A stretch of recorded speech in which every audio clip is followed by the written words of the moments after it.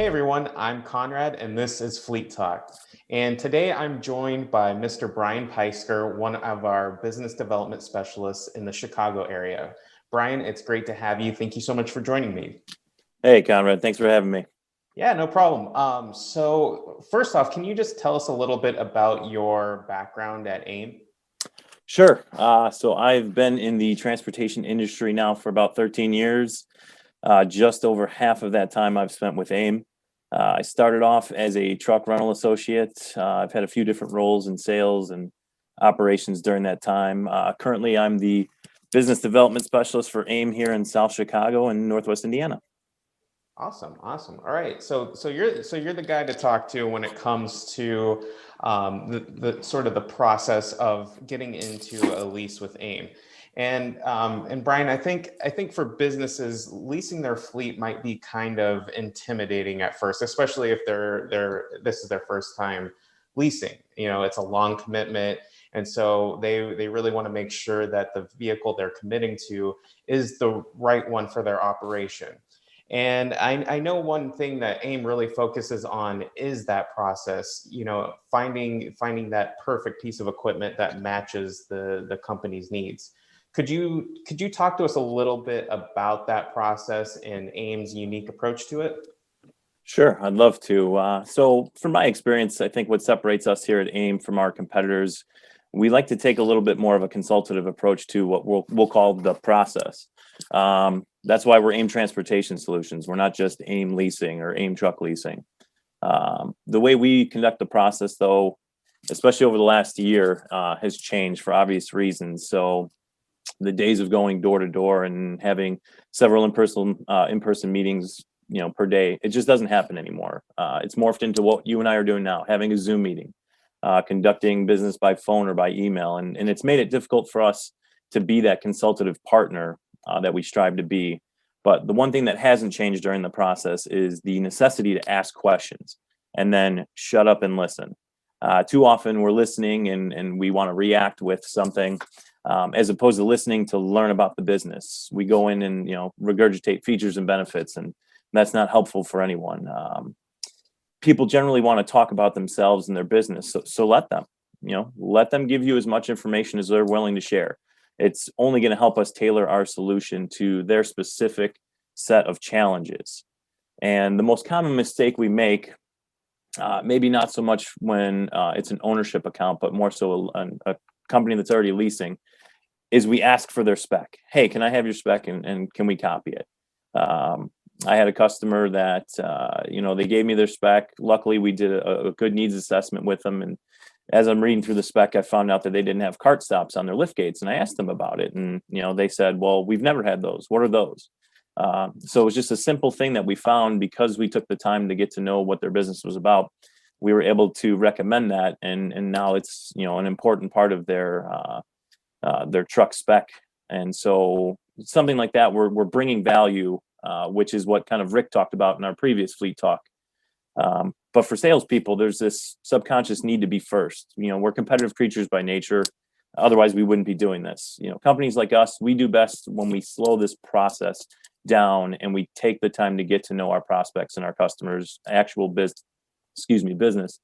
It's the classic tale of the tortoise and the hare, and we prefer to be the tortoise. When we race to get a quote to a customer, all it does is turn it into a transaction or a commodity sale and not a true partnership. And again, this is, our current climate. It's difficult to slow this process down. But, we find if we don't take the time to learn anything about our customers, it's going to come back to haunt us. Our end goal is to get a win-win scenario for both us and the customers. And sometimes our competitors maybe don't feel that same way and they just are worried about winning for themselves. But we feel that we can truly build a relationship with somebody if we can get a win-win result at the end. So for me personally, the process can be broken down into three parts. There's the where they're at, where they want to be, and then there's that gap in the middle. Sometimes it's a small gap, sometimes it's a big gap. The challenge is just presenting a solution that gets them to that end goal. So we need to learn the prospect's business, which is where they're at. We need to identify challenges and uncover their pain points, which is typically the gap. And then we need to present a solution to their transportation challenges, just like our tagline says. So where are they at? The more we know, the better solution we can present. Once we get to meet a prospect, it's important to find out what that individual's role is within the organization. Are they the user? Are they, physically driving the truck? Are they dispatching the truck? Are they a C-level person writing the check or has the final say? We just need to get anyone involved that's going to be affected by this transaction, this truck lease. So what we want to do is get other roles involved, and we talk about within a company there's buying influences and how each one plays an important role during this decision making. So we want to talk to the boots on the ground, the drivers, the warehouse workers. I had a prospect that I was working with, and I was with the C-level person, and I thought I was doing a great job and listening to their needs, presented a solution that I thought would get them to where they want to be. And at the end, the VP told me, "Hey, I talked to my driver and he doesn't want to do this." And so for me, it was just such a simple thing to, why should I should have just gotten everyone involved on different levels. Hey, let me talk to your driver. It could have turned out differently for us. One of the other things that we do, I think that's very impactful, is asking for like a shop tour. I had a recent customer that I went to go see. We were having difficulty helping them out because we really didn't have a good idea of what they were moving, what their product looked like when it was being loaded onto the trucks. So I just asked, can I take some pictures? I took the pictures, brought it back to our group and said, guys, this is what we're working with. We were able to come up with a solution that worked for them. And so I think something like that is very impactful. And then the next part is just identifying the challenges, kind of find out where they're at in their business. Are they growing? Are they in trouble? Are they kind of status quo? We got to ask for their pain points. What's keeping them up at night? Is it breakdowns? Is it downtime? Is it hiring and retaining drivers? Is it just the liability of operating a fleet in general? For any of those scenarios, we have a solution. So it's just finding out more specifically what their pain points are that we can then present that solution. One of the things that I do all the time is just use references, give examples. I have a customer that's similar to you. This is what they do in that scenario. I think that helps out too.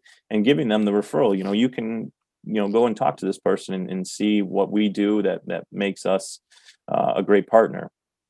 Another thing you can do is just ask them about their competitors.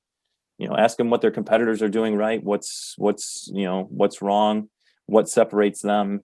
And I think that sometimes uncovers a lot of information that maybe the customer wasn't ready to share, but it helps us. And then the last thing we have to remember is that we're asking them to make a change, whether it's a change from owning their trucks to leasing, or from one leasing company to another, or even giving up control completely of their logistics and or their shop.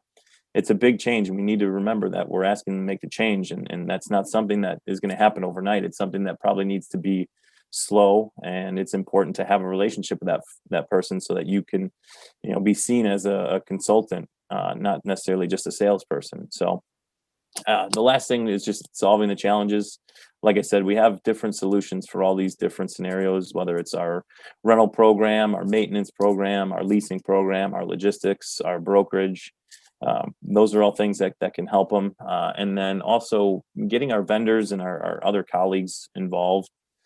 For me personally, I know that our organization is just a wealth of knowledge. We've got my counterparts that I can talk to that have come up against scenarios similar to what I'm facing. We've got our directors within our company, a lot of whom have been with the company since the inception in the 80s. We've got safety managers that have worked across the industry. So I think that's the greatest part about our AIM in general, is just the people that are behind the scenes that we can use as references and resources to help find solutions. And then ultimately we need to present our solution, and we have to find out what's right for the customer. And there's sometimes that maybe the solutions that we have might not be right for that person. You never want to force them into something, and it's never a problem to say, hey, maybe this isn't the right time for you to make this move. And I feel like that also helps us put us in position later on when they are ready to make that move, they'll remember that, hey, I remember the folks at AIM, they weren't pushing me to make a decision that was going to be bad for me.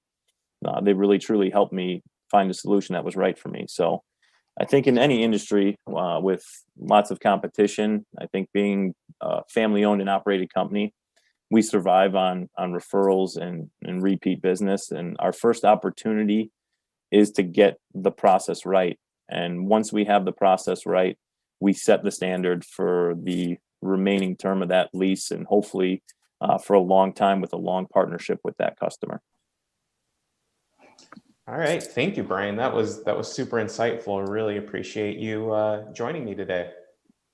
Thanks for having me again, Conrad. Appreciate it. No problem. Thanks. You have a good one.